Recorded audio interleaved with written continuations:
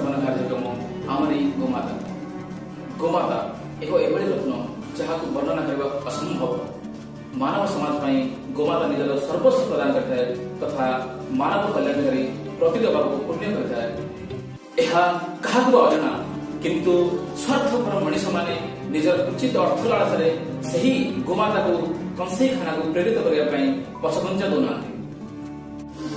आज विशेष उपस्थापना कार्यक्रम माध्यम आम हिंद्रिकाटू प्रतिनिधि श्रीकांत शेखर पाढ़ी एवं कैमरामैन राकेश महाराणा गो विशेषज्ञ पंचगव्य चिकित्सक तथा सुरभि गोधामर प्रतिष्ठाता श्री तपन कुमार पाठी को साक्षात कर किपरि गोमातार सुरक्षा करने पचारि मु अनुरोध करी आम प्रतिनिधि को से निज साक्षात्कार भिडियोटी परिवेशन करेंगे।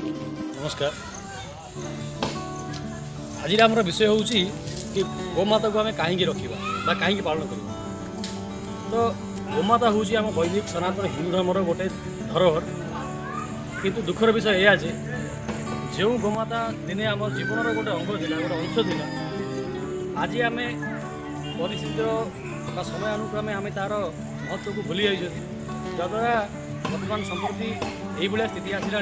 प्रतिदिन हजार हजार लक्ष लक्ष संख्यार गोमाता को डॉक्टर को लेकिन निर्मम भाव हत्या कर।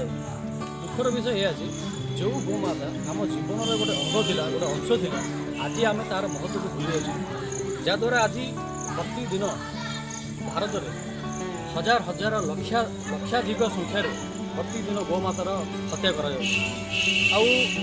केवल आम प्रशासन को दायी कले हेनी से आम निजे समस्ते जनसाधारण सचेतन हबार भी अच्छे। गोमाता धर्म सहित जोड़ी कर रखी किंतु वर्तमान समय आसी जाइए गोमाता को केवल धर्म नुहे ताकू अर्थनीति सहित जोड़ार अच्छे।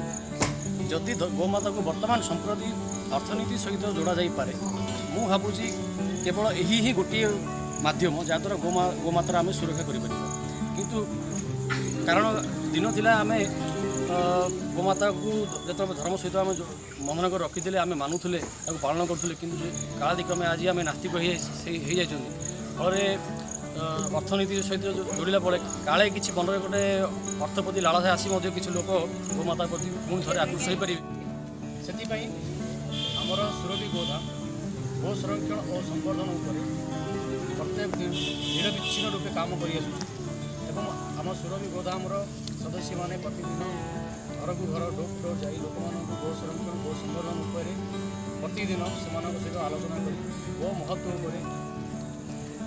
जहाँ कि सुरभि गोधाम तरफ आम समस्त अर्थात समाज प्रत्येक वर्ग को आम आह्वान करुँ कि आसतु आम समस्ते मिलमिशि हाथ में हाथ मिसई कांधे कांध मिसई गोमातार सेवा करवा और गोमातार सुरक्षा कर गौरव